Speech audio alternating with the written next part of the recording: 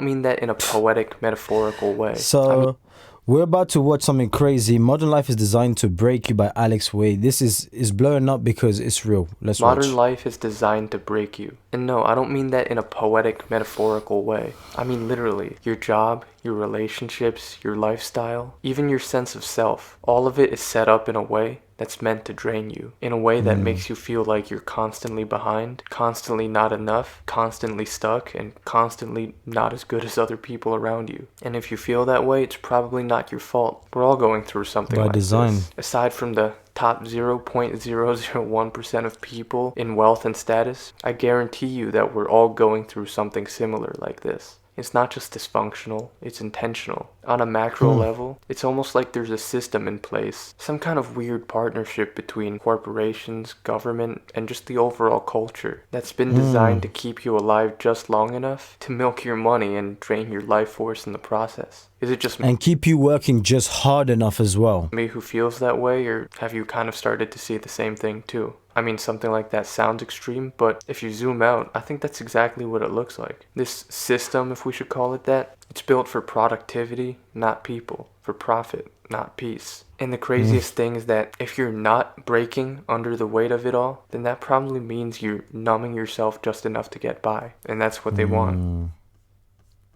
Wow. If you've ever wondered why you feel so disconnected from the world around you, why work feels so pointless, why dating feels like a rigged game, and why even Hmm. basic happiness seems like something that's so difficult to achieve, you're not alone and you're not fucking crazy. The truth is that the world has changed, but we never got the memo. No one taught us that. And we find ourselves still trying to live out meaningful lives in a system that's quietly stripped away everything that used to make life meaningful. And while we're constantly told to just work harder and grind and hustle, the truth is that it's tough for most of us. If it were just myself going through this, I wouldn't have the arrogance to talk about this topic. It's only because I know that a lot of people, Everyone else. especially young guys my age, were feeling overwhelmed and just quietly wondering, like, is this all there is to life? And I think no one wants to say this kind of stuff aloud because doing so feels like admitting defeat. But someone needs to talk Mm. about it. And I feel fine with doing that because I don't see it as defeat. I see it as awareness. And awareness is the first step to breaking free. Because what we're up against isn't just a country, a corporation, or a culture. I can't even explain it, but it just seems It's like a some war. kind of machine that's designed to keep you constantly tired, consuming, and distracted from what's really going on. Wow. I feel like the most obvious problem nowadays is work and your career. For one, even just getting a job nowadays. It's like It's playing a hard. slot machine that only pays out if you have a master's degree and already 5 years of experience for an entry level job. Some of the demands you see on job applications is just crazy nowadays. It's Mm-hmm. hyper competitive, it's cutthroat, and thanks to AI, things are about to get even worse. It's Worse, already hard yeah. enough to compete with other people around you in a globalized economy, but soon it's not just going to be other people. You're going to be competing against Machines. robots too. Machines that don't sleep, don't eat, don't get sick, don't take days off, and don't require money to survive. If a corporation can cut costs and get the same efficiency or even better, why the fuck would they not do it? Mm-hmm. It seems like the job market is just evolving faster than we can adapt, and most of us are left scrambling to catch up if you're not like the top 0.1% of talent. But let's say you do go through all that hassle of applying to the job, and you do get it. Congrats, what's next? You get to work 9 to 5 for the next 40 years of your life while the government takes your taxpayer money and sends it to Israel, giving your entire life and your energy to a company that can just let you go without warning if they ever wanted to. But during the time that you are lucky enough for them to allow you to work for them, you spend your days doing tasks that just feel meaningless, sitting in boring meetings, writing mundane emails, and overall just pretending to care about things you don't really care about, if we're being honest. Also, you can do Mm. what? Afford rent, food, a house, groceries, a Netflix subscription. It just becomes a cycle of living to work and working to live. But To what's the live. point in all that? It feels like there's no dignity in it anymore. And unlike in the past, not even like a sense of stability. Again, the global marketplace is more competitive than ever, and companies have more reasons than ever to fire you without warning.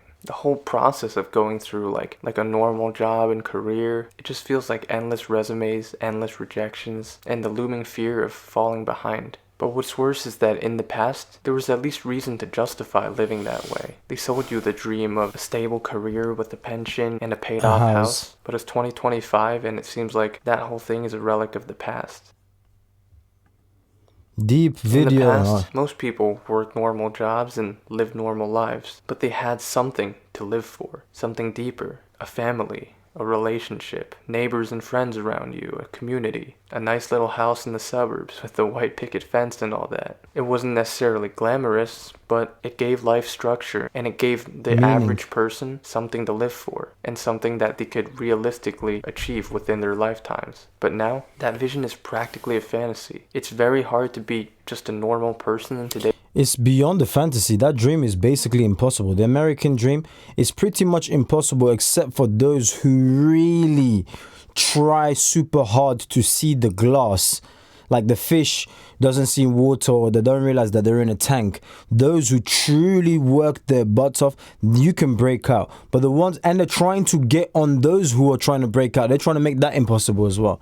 So I feel like we're in the last decade of being able to truly come out of poverty and leveling yourself up. After this, when AI is installed and in process, full function, oh, it's a wrap. It's over. today's world and succeed and be happy. Everything has changed. Let me know in the comments For example, with if the you agree. prices nowadays, home ownership is out of reach for most young people unless you inherit wealth or get incredibly lucky. Starting a family feels like an impossible task when you're living alone or with roommates and rent takes up half your paycheck. Even if you do try your best to live the American dream of that previous era while working a normal job, it would cost so much to raise just one kid, let alone 3 or 4 like many families used to have in previous generations. But even dating, which is the starting point to get to all of that, has completely fundamentally changed.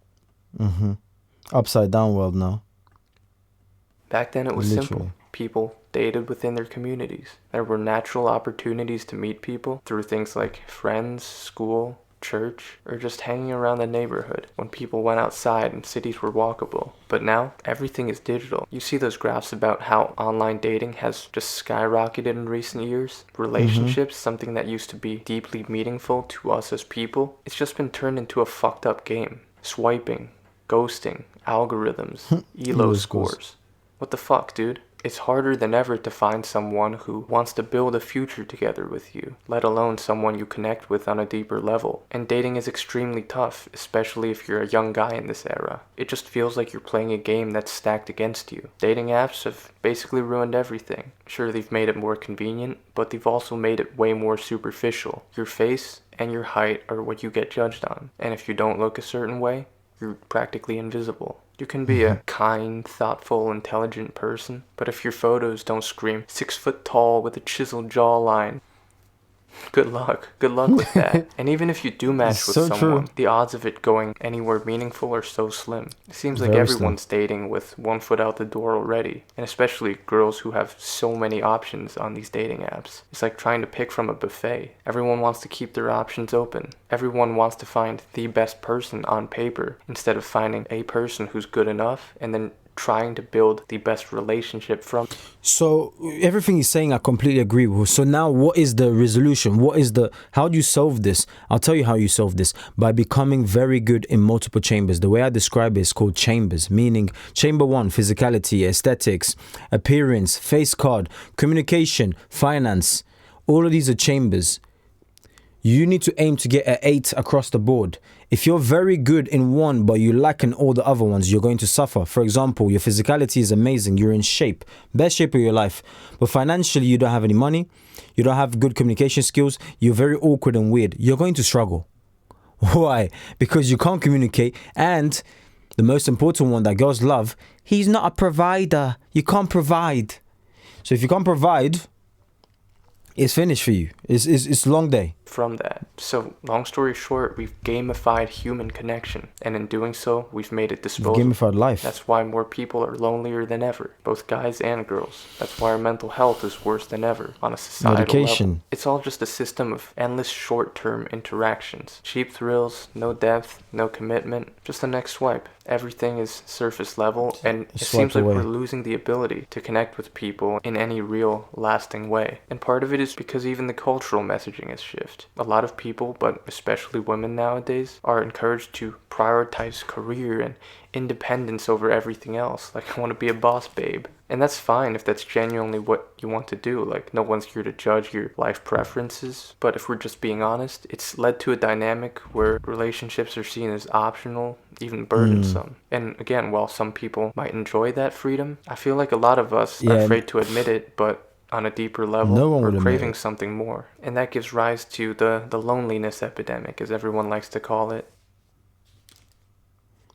It's so Everyone is ironic that lonely we're the most connected generation in history, and the but also the loneliest. loneliest. You see the studies about people who say they feel like they're chronically lonely, and the numbers are only going up. Social isolation is really like a public health crisis, but no one's talking about it because no one wants to admit their problems. Because I feel like people think that's embarrassing to admit. But just being real, most people that I know live alone, work alone, scroll alone, and just aren't in relationships either, at least not long term. Me and my friends spend way too much time sending each other reels on Instagram, but even though we're technically connected through our phones, it's not genuine. And in general, just through social media, we find ourselves watching other people live their lives while quietly wondering why ours feel so empty. But the truth is that everyone's feeling empty, it's not just you. Even the ones who post how glorious their lives are on their stories and Facebook pages. And again, the lack of third spaces is another reason. Most people's lives nowadays are just condensed to you work, you go home, you scroll or watch Netflix or some shit. Cities aren't really walkable. It seems like everyone's in their own little bubbles. There's not too many socially acceptable places where you can just talk to people or just hang out or meet someone new. Everyone seems isolated and atomized. And then you wonder, why does life feel so hollow? But the answer is obvious. It's because we're not meant to live like this. But Wow, even this kid if is saying everything does truths. seem to work out for you on the surface, like you have a job, you have a partner, you're planning for the future, how do you afford everything? Housing prices, like I mentioned earlier, are going insane. The cost of food is rising. I show this picture all the time, but I've seen eggs that are selling for like $18 at my local grocery store. And all Wow. this time, wages are barely budging. It's not like wages are increasing so much to make up for it. Most young adults today just will never be able to match the buying power of their parents. And meanwhile, every aspect of life is being turned into a payment plan right in front This of is our so sad. eyes. You don't buy a car anymore, you lease it. You don't buy a service anymore, you have to subscribe to it. Even when I go on Amazon, which is supposed to be for like one-time purchases, I see all these options for like subscribe and save, Subscriptions, where they yeah. deliver that thing like every few weeks or something. You're being conditioned to normalize renting out your life, but there's no alternative, so you keep on paying. The system is rigged for dependency, and those big companies just make more and more money off of you. It's not like I can just use a flip phone instead of an iPhone. And the looming threat of all this is that, especially in a country like America, a single emergency, like a medical bill, it can Oh, set you will back destroy you. months, even years in some cases. So for many people, the idea of saving up for wealth, it feels like a joke. No matter how well off you are, if you're not in like the 0.1% of earners, you're essentially in survival mode. And when you're in survival mode, it's hard to find actual joy and achieve your true potential in everything. No time for passion, no time for a dream, just time to go to work and scroll on social media. I feel like I've been all over the place in this video, but the bottom line I'm trying to get across is that the things that used to give people a sense of happiness, like community, connection, stability, family, purpose, raising a child, those things are no longer guaranteed to us, and it's not even close to that, honestly. And the system didn't give us anything meaningful to replace those things with. Instead, it gave us screens, it gave us social media, it gave us hustle culture, it gave us This is endless sad, man. content and dopamine hits. Every app you use is designed to keep you To distracted. reel you Even the in. news cycle is meant to keep you scared. I go on YouTube, and a lot of my YouTube feed nowadays is just bombarded with what's going on in the world, when it's not like I searched for that shit in the first place. The content machine is engineered to keep you scared, and when you're scared, you're more likely to listen to what the powers that be tell you. It The seems like we're being algorithms. kept stimulated just enough to never question why we're unhappy. And when we do it, we're told that we're the problem, that we're lazy or entitled or not trying hard enough or just too negative. But that's not the truth. Hold on. That sounds exactly like a playbook of a pimp. That's exactly what a pimp does to be able to keep everyone in check. Wow. The truth is that Gen Z, or whatever you want to call it, Are we're we still being pimped trying. out? It's not like an entire generation of people just got lazy overnight all of a sudden. Some might say we're trying harder than any generation before us, at least on the mental side of things, but we're getting less in return. The game has changed, the ship has sailed, and the rules are different than what it used to be. And if you've ever personally felt like you're not built for this world, something just feels off, I just want to 'Cause say you're that not. it's probably not you. Stop blaming yourself. You're conditioned to want to blame yourself, but it's not always your fucking fault.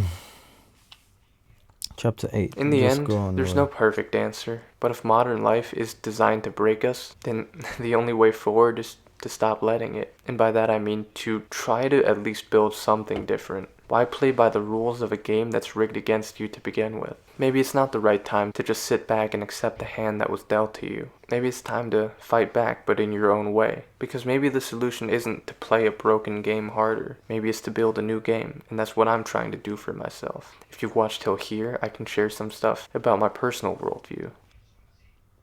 Over the course of my life, I've been hurt to the point where I've accepted the fact that I will never be able to live the life that I used to imagine. I'm someone who's not built to succeed in this modern world. I'm extremely short and I'm not attractive in a world that How tall is he? prioritizes your superficial features. My mind works very differently than a lot of people, like I'm neurodivergent. I've never fit in. I've never been successful with girls. I've always felt like an outcast. I was a good student until I wasn't and started to really struggle with that to the point where my stress and anxiety over school made me physically sick. I'm also just not the type of person who does well in very structured environments like an office. I feel like almost everything in my life has sort of set me up for failure. And all of that, again, just means that I'm not the type of person who can succeed trying to live a normal life in this world. But maybe that's okay, because the result of all that is that I've stopped comparing myself to other people. I've stopped chasing what I'm supposed At the end of this, I'm gonna tell you how exactly you can come out of this situation. There's a huge part of it that he's